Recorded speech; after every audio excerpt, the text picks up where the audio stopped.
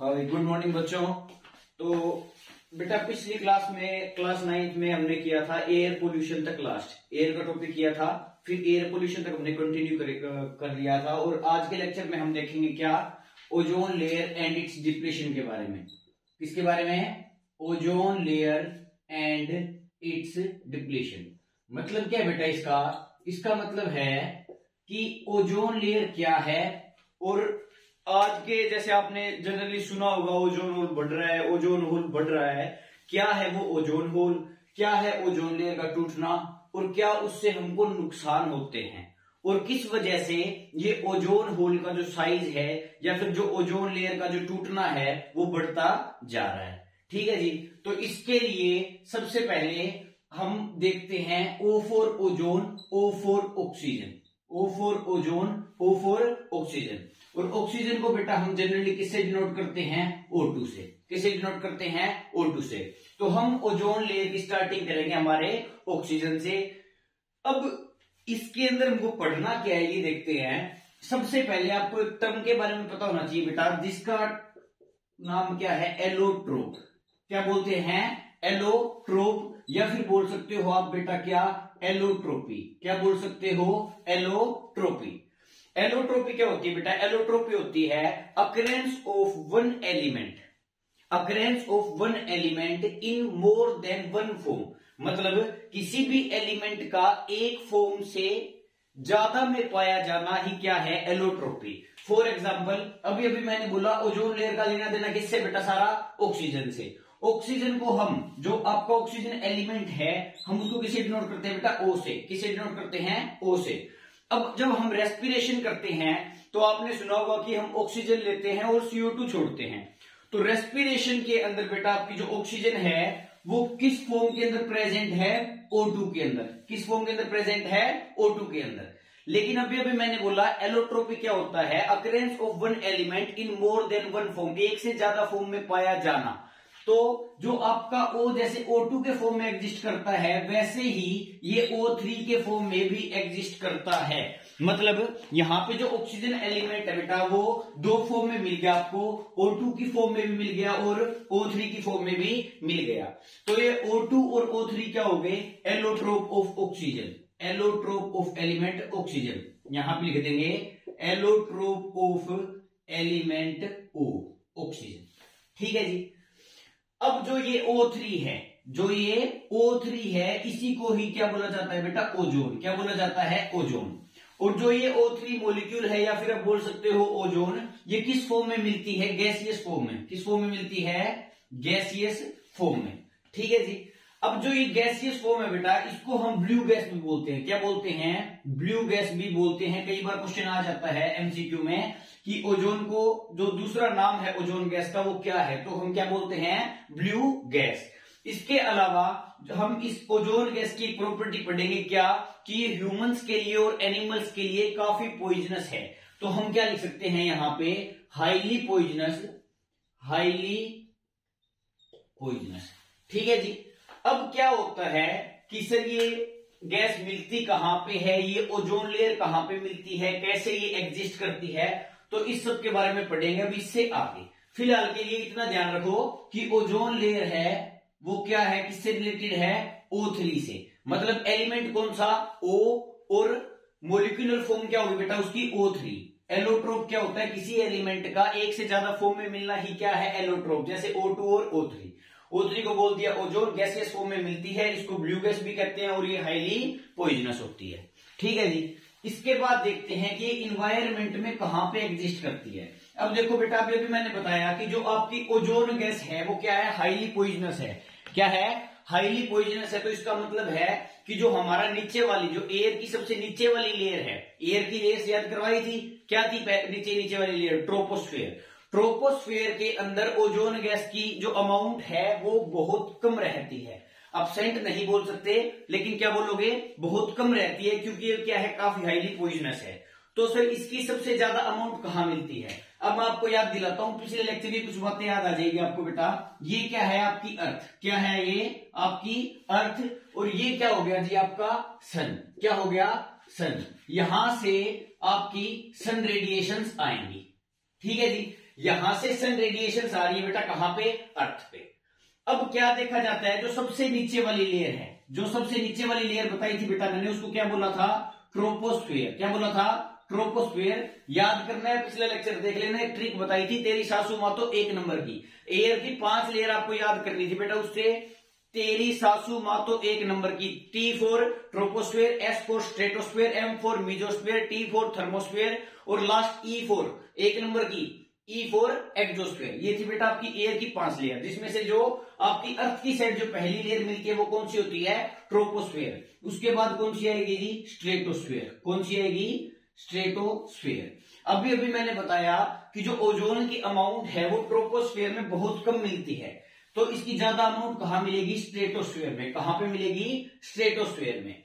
अब आप बोला सर हमारी धरती से कितने किलोमीटर ऊपर, हमारी धरती से कितने किलोमीटर ऊपर ओजोन की लेयर है वो आपको एक सिग्निफिकेंट अमाउंट में देखने को मिलेगी। तो ये तो मैंने पहले ही बोल दिया, ट्रोपोस्फेयर में तो मिलेगी नहीं। तो ट्रोपोस्फेयर की रेंज कितनी थी, 8 से 20 किलोमीटर। कितनी थी बेटा, 8 से 20 किलोमीटर। इस चीज से आपको याद रखना है कि आपको अर्थ के सरफेस से अगर ओजोन की सिग्निफिकेंट अमाउंट बतानी है तो उसकी रेंज होती है, ओजोन लेयर की जो आपकी सिग्निफिकेंट अमाउंट है बेटा वो कहां कितनी होती है, 23 से 25 किलोमीटर। कितनी होती है, 23 से 25 किलोमीटर। मतलब 23 से 25 किलोमीटर के ऊपर ओजोन गैस की सिग्निफिकेंट अमाउंट है। अब कहीं पे ओजोन गैस की बेटा सिग्निफिकेंट अमाउंट प्रेजेंट है तो उसी को हम क्या बोल देते हैं, ओजोन लेयर। क्या बोल देते हैं, ओजोन लेयर। ठीक है जी। फिर उसके बाद क्या आता है बेटा, जो आपकी ओजोन लेयर बनती है इसी को ही हम ओजोन शील्ड भी बोल देते हैं। इसके कुछ नाम बेटा अलग अलग नोट कर लेंगे, क्या क्या बोल देते हैं, ओजोन शील्ड भी बोल देते हैं, ओजोन अम्ब्रेला भी बोल देते हैं और ओजोनोस्फीयर भी बोल देते हैं। ओजोन अम्ब्रेला और ओजोनोस्फीयर, ये कुछ नाम आप ध्यान रखोगे। ठीक है जी। अब इसके बाद आता है कि सर ये लेयर बनती कैसे है, फिर अब हो जाएगा ओजोन लेयर के बारे में। फिर टॉपिक आएगा कि इसका फायदा क्या है ओजोन लेयर के होने का। अब टॉपिक का नेम हमारा मुद्दा क्या है, मेन ओजोन लेयर का टूटना। तो टूटने से पहले हम ये तो देख लेते हैं कि ओजोन लेयर बनती कैसे है। देखो O2+O नॉर्मल सी बात है बेटा, जो आपका गैसियस आपका जो रेस्पिरेटरी ऑक्सीजन होता है जो आपको O2 के फॉर्म में मिलता है उसके साथ एक O मिल जाएगा और क्या बना लेगा, O3। क्या बना लेगा, O3। कहां पे प्रेजेंट होगा, स्ट्रेटोस्फेयर में सिग्निफिकेंट अमाउंट में। उसको हम क्या बोल देंगे, ओजोन लेयर। और उसी का दूसरा नाम क्या हो जाएगा, ओजोन शील्ड, ओजोन अम्ब्रेला और ओजोनोस्फीयर। ठीक है जी। ये हो गया आपके साथ इसकी रिवीजन। अब मान के चलो स्ट्रेटोस्फेयर के ऊपर, मान के चलो स्ट्रेटोस्फेयर के ऊपर आपकी ओजोन लेयर प्रेजेंट है, तो आपको पता है बेटा सन से हमारे पास क्या आती है, रेडिएशंस। क्या आती है बेटा, रेडिएशंस। अब रेडिएशंस के अंदर बेटा अल्ट्रावायलेट रेडिएशन भी होती है। उन रेडिएशंस के अंदर अल्ट्रावायलेट रेडिएशंस भी होती है। अगर वो डायरेक्टली अपने अर्थ की सरफेस पे आ जाए, अगर वो डायरेक्टली अपने अर्थ की सरफेस पे आ जाए तो हमको काफी वो पॉइजनस भी रहेगी और हमारे लिए काफी हार्मफुल भी रहेगी। ठीक है, हार्मफुल कैसे, अगर डायरेक्ट अल्ट्रावायलेट रेडिएशन हमारे अर्थ की सरफेस पे आती है तो स्किन कैंसर हो सकता है, आई प्रॉब्लम बढ़ सकती है, एम्ब्रियोनिक मोर्टेलिटी बढ़ सकती है, तो हमको बहुत सारे नुकसान देखने को मिलेंगे। लेकिन ये ओजोन लेयर कमाल कर देती है। कैसे कर देती है, मान लो ये क्या हो गया आपका ट्रोपोस्फेयर, ये क्या हो गया आपका स्ट्रेटोस्फेयर। स्ट्रेटोस्फेयर के अंदर ओजोन लेयर की बेटा मतलब जो ओजोन गैस की जो अमाउंट है वो ज्यादा प्रेजेंट है, तो उसको हमने बोल दिया ओजोन लेयर। अब जैसे ही यहां से अल्ट्रावायलेट रेडिएशन आएगी तो ये ओजोन लेयर क्या करेगी, इसको फिल्टर आउट कर देगी। अल्ट्रावायलेट रेडिएशन को क्या कर देगी, फिल्टर आउट कर देगी, मतलब बीच में क्या हो जाएगी, रुक जाएगी। मतलब अल्ट्रावायलेट रेडिएशन के लिए एक ऑब्स्टेकल हो गया, जिसकी वजह से जो आपकी अल्ट्रावायलेट रेडिएशन है वो डायरेक्टली सन पे नहीं आ पाएगी। ठीक है जी। मतलब यहां से अल्ट्रावायलेट रेडिएशन चली इधर को यूवी रेडिएशन, और कहां पे आके अटक गई बेटा, आपकी ओजोन लेयर के अंदर आके अटक गई। अगर ओजोन लेयर नहीं होती तो यूवी रेडिएशन सीधा कहां पे आती, अर्थ के सरफेस पे आती, तो हमको क्या होता, नुकसान होता। लेकिन इस नुकसान से हमको किसने बचा लिया, आपके ओजोन लेयर ने। ठीक है जी। ये हो गया आपका कि ओजोन लेयर कैसे बनती है, ओजोन लेयर कहां पे होती है, ओजोन लेयर के फायदे क्या होते हैं। ओजोन लेयर का फायदा सीधा सीधा है, to protect us from UV radiation directly comes from sun. ठीक है जी। फिर उसके बाद आता है बेटा आपका टॉपिक की ओजोन लेयर का डिप्लेशन। ओजोन लेयर का टूटना क्या है? ओजोन लेयर का टूटना क्या होता है भाई, कि जब इसके ऊपर यूवी रेडिएशन पड़ती है, जब इसके ऊपर यूवी रेडिएशन पड़ती है, मान लो बेटा ये O3 है, इसके ऊपर यूवी रेडिएशन आई सन से। ठीक है जी। जैसे ही यूवी रेडिएशन सन से आएगी तो बेटा ये O3 टूट जाएगा O2 प्लस O में, O2 प्लस O में। ठीक है। अब बोलोगे सर ओजोन लेयर तो टूट गई, लेकिन होता क्या है, यहां पे ऑक्सीजन का फ्री रेडिकल प्रेजेंट है। ऑक्सीजन का एक फ्री रेडिकल प्रेजेंट है। यहां पे लिख देंगे फ्री रेडिकल। क्या लिख देंगे? Free radical. ये फ्री रेडिकल क्या होता है बेटा? ज्यादा रिएक्टिव होता है। क्या लिखेंगे यहां पे? Highly reactive. क्या बोलेंगे? Highly reactive. इस फ्री रेडिकल के हाईली रिएक्टिव होने की वजह से बेटा वापिस ये ऑक्सीजन इस O2 के साथ मिलके O3 बना लेता है। मतलब ये बैलेंस चलता रहता है कि ओजोन के मॉलिक्यूल पे आपकी सन रेडिएशन पड़ेगी, अल्ट्रावायलेट रेडिएशन आएगी। जैसे ही अल्ट्रावायलेट रेडिएशन आएगी ये O2 प्लस O में टूट जाएगा, लेकिन जो O बना है वो क्या है? हाईली रिएक्टिव है, जिसकी वजह से ये ऑक्सीजन वापस इस O2 के मॉलिक्यूल के साथ मिलके क्या बना लेगा? O3 का मॉलिक्यूल बना लेगा। मतलब स्ट्रेटोस्फेयर के अंदर बैलेंस बन गया किसका? इन दोनों रिएक्शन का। मतलब वहां पे O3 की लेयर एग्जिस्ट करती है। ठीक है जी। इस तरीके से बेटा ये आपकी रिएक्शन होगी। लेकिन आपका 1985 के अंदर, कब? ईयर को याद रखेंगे, 1985 के अंदर फरमान नाम के साइंटिस्ट ने क्या ऑब्जर्व किया? 1985 में फरमान नाम के साइंटिस्ट ने क्या ऑब्जर्व किया बेटा, कि जो आपका अंटार्कटिका रीजन है, जो आपका अंटार्कटिका रीजन है, उसके ऊपर जो ओजोन लेयर है वो पतली हो गई है। क्या हो गई है? पतली हो गई है। अब नॉर्मल सी बात आपने देख लिया ओजोन लेयर किसको बोला है? ओजोन लेयर बोला ही किसको है? Significant amount of ozone gas. अब फरमान ने 1985 में 1985 में क्या कहा कि अंटार्कटिका के ऊपर ओजोन लेयर पतली हो गई है, तो इसका सीधा सीधा मतलब है बेटा कि उस जगह पे आपकी ओजोन गैस की जो अमाउंट है वो क्या हो चुकी है? कम हो चुकी है। तो वो क्या हो गया? ओजोन का टूटना। क्या हो गया बेटा? ओजोन का टूटना। तो यहां पे क्या लिख लेंगे? ओजोन लेयर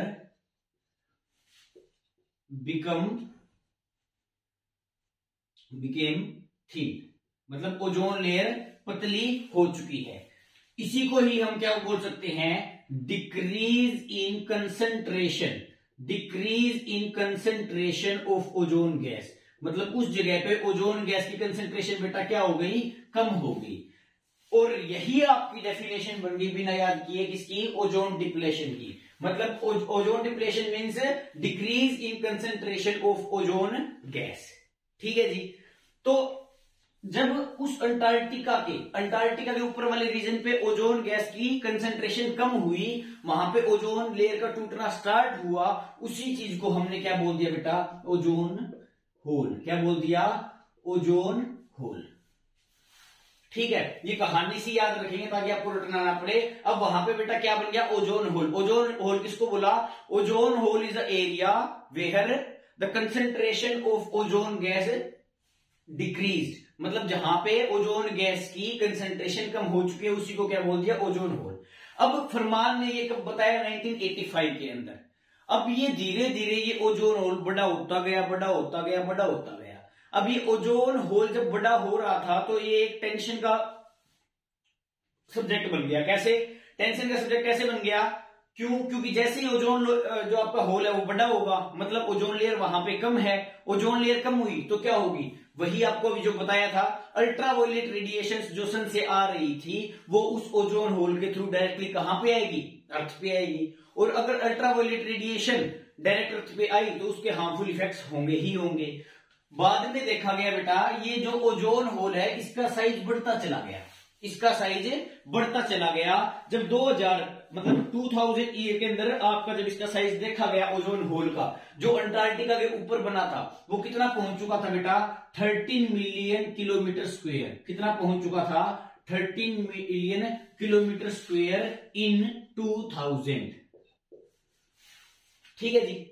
अब फिर देखा गया क्या कि बोला ये ओजोन होल का साइज बढ़ता जा रहा है, बढ़ता जा रहा है, बढ़ता जा रहा है। 2000 में इतना मतलब साइज बड़ा हो गया ओजोन होल का, तो ये काफी एक टेंशन का सब्जेक्ट हो गया। तो उसमें हमको क्या देखना था कि ये जो ओजोन लेयर है ये टूट किस वजह से रही है। अगर देखो ये अल्ट्रावायलेट रेडिएशन से टूटती तो ये वापस रिफॉर्म हो रही थी। क्यों?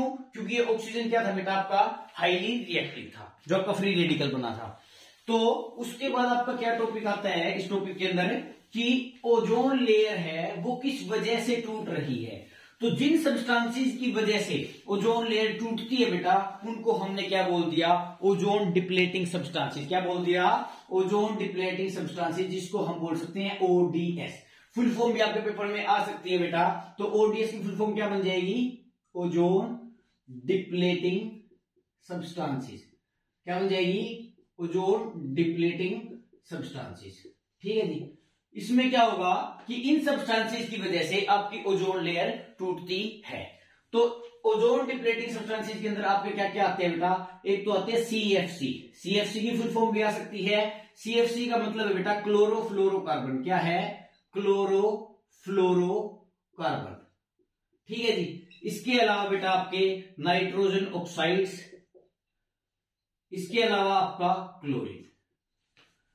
ठीक है जी। और एक और आपको थोड़ा सा डिटेल में चले जाना है कि कौन कौन से क्लोरोफ्लोरोकार्बन जो ज्यादातर आपकी ओजोन लेयर को तोड़ते हैं। तो उसमें आप क्या पढ़ोगे बेटा?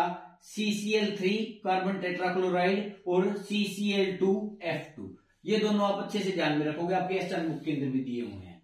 तो ओजोन डिप्लेटिंग सब्सटेंसेस का मतलब क्या हो गया? जो ओजोन लेयर को तोड़ते हैं, ओजोन गैस की कंसेंट्रेशन को कम करते हैं। उसमें कौन कौन से पढ़ने हैं बेटा आपने? सीएफसी, नाइट्रोजन ऑक्साइड और क्लोराइड। सीएफसी बोले तो क्लोरोफ्लोरोकार्बन। कौन कौन से ऐसे क्लोरोफ्लोरोकार्बन है जो मेनली ओजोन डिप्लेशन का काम करते हैं? तो वो है जी आपके CCl3 और CCl2F2। ठीक है बेटा। अब मेन बात आती है, बोला सर ये सब्सटेंसेस अगर ओजोन लेयर को तोड़ते हैं तो क्या हम इन सब्सटेंसेस का यूज कम कर सकते हैं? बिल्कुल कर सकते हैं। अब मैं आपको बताता हूं बेटा, पहले अब ओजोन होल कंट्रोल में आ चुका है। मतलब पहले जो ओजोन होल साइज में बढ़ता जा रहा था, अब वो कंट्रोल में आ चुका है। वो कंट्रोल में कैसे आया है? देखो मैं आपको बताता हूं। जो आपकी सीएफसी गैस है, क्लोरोफ्लोरोकार्बन जो गैस है बेटा आपकी, वो पहले काफी जगह पे यूज होती थी। फॉर एग्जाम्पल जो आपकी शेविंग क्रीम बनती है उसके अंदर यूज होती थी। आपके बहुत सारे टाइप के बेटा सेंट है, डीओ है जो आप यूज करते हो, उसके अंदर क्लोरोफ्लोरोकार्बन यूज की जाती थी। जो आपके मतलब एरोसोल प्रोपेलेंट्स होते हैं जो एयरप्लेन में या फिर उनमें यूज किए जाते हैं टेक्नोलॉजी में, एरोसोल प्रोपेलेंट्स, उसके अंदर भी क्लोरोफ्लोरोकार्बन गैस का यूज किया जाता था। इसके अलावा आपका घर घर यूज बता देता हूं बेटा, जो आपके रेफ्रिजरेटर होते थे, जो आपके फ्रीज होते थे, उनके अंदर क्लोरोफ्लोरोकार्बन का गैस, क्लोरोफ्लोरोकार्बन जो गैस है वो यूज की जाती थी। अब इतना यूज था क्लोरोफ्लोरोकार्बन गैस का, तो उसमें क्या हुआ? उसका यूज बढ़ा, तो वो क्या है? ओजोन डिप्लेटिंग है, तो वो ओजोन होल बढ़ता चला गया। लेकिन बाद में इन चीजों पे कंट्रोल कर लिया गया। अब बिल्कुल रूल आया हुआ है कि कोई भी रेफ्रिजरेटर क्लोरोफ्लोरोकार्बन फ्री ही बनेगा। मतलब इन सब्सटेंसेस का यूज सरकार ने एक अच्छे लेवल तक घटा दिया है, जिसकी वजह से आपकी जो ओजोन की डिप्लेशन है वो कंट्रोल में अब आ गई है। पहले ये सब्सटेंस ज्यादा यूज होते थे तो ओजोन होल बढ़ता जा रहा था। आपने न्यूज़पेपर या फिर उस चीज में पहले पढ़ा भी होगा कि पहले ओजोन होल था, ओजोन होल बढ़ता जा रहा था, लेकिन अब वो काफी हद तक कंट्रोल में है। ठीक है बेटा। फिर उसके बाद आता है कि आपने सारी चीज तो पढ़ ली, बोला सर अब ओजोन डिप्लेशन के हार्मफुल इफेक्ट्स भी बता दो। मतलब ओजोन लेयर टूटेगी तो हमको क्या क्या हार्मफुल इफेक्ट्स देखने को मिलेंगे। ओजोन लेयर के टूटने से क्या होगा? अल्ट्रावायलेट रेडिएशन कहां आएगी? अपनी धरती पे आएगी। तो यहां पे हम क्या लिख सकते हैं बेटा? Harmful effects of ozone depletion. क्या लिख सकते हैं? Harmful effects of ozone depletion. भाई सीधी बात है, सबसे पहले तो वो अल्ट्रावायलेट रेडिएशन कहां पे आएगी? स्किन पे। तो स्किन का ही पढ़ लेते हैं बेटा, स्किन कैंसर। क्या पढ़ लेते हैं? Skin cancer. आईज पे आएगी बेटा, तो आई डैमेज लिख देंगे यहां पे, आई डैमेज। अगर कोई पूछे कि आई के अंदर क्या डैमेज बेटा, तो चांसेस बढ़ जाते हैं किस चीज के? आईज के अंदर एक डिजीज होती है कैटरैक्ट। क्या होती है? कैटरैक्ट। तो उसमें क्या लिखेंगे? इंक्रीज्ड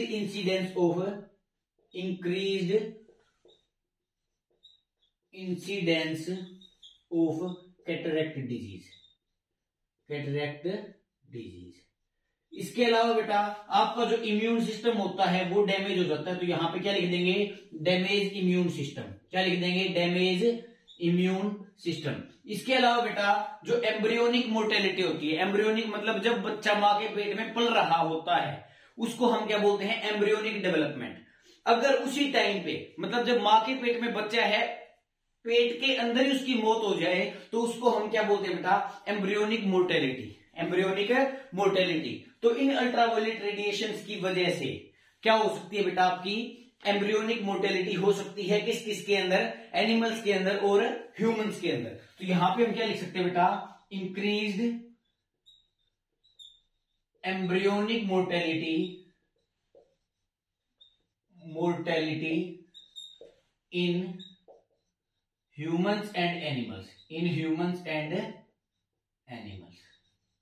ये आपका टॉपिक हो गया बेटा किसका, ओजोन लेयर का और उसकी डिप्लेशन का। ठीक है, तो आज के लेक्चर में बेटा हम सिर्फ यही करेंगे, ozone layer and it's depletion. इसको आप रिवाइज कर लेना। आपका एयर बिल्कुल कंप्लीट हो चुका है बेटा, कौन से चैप्टर का, नेचुरल रिसोर्सेज का।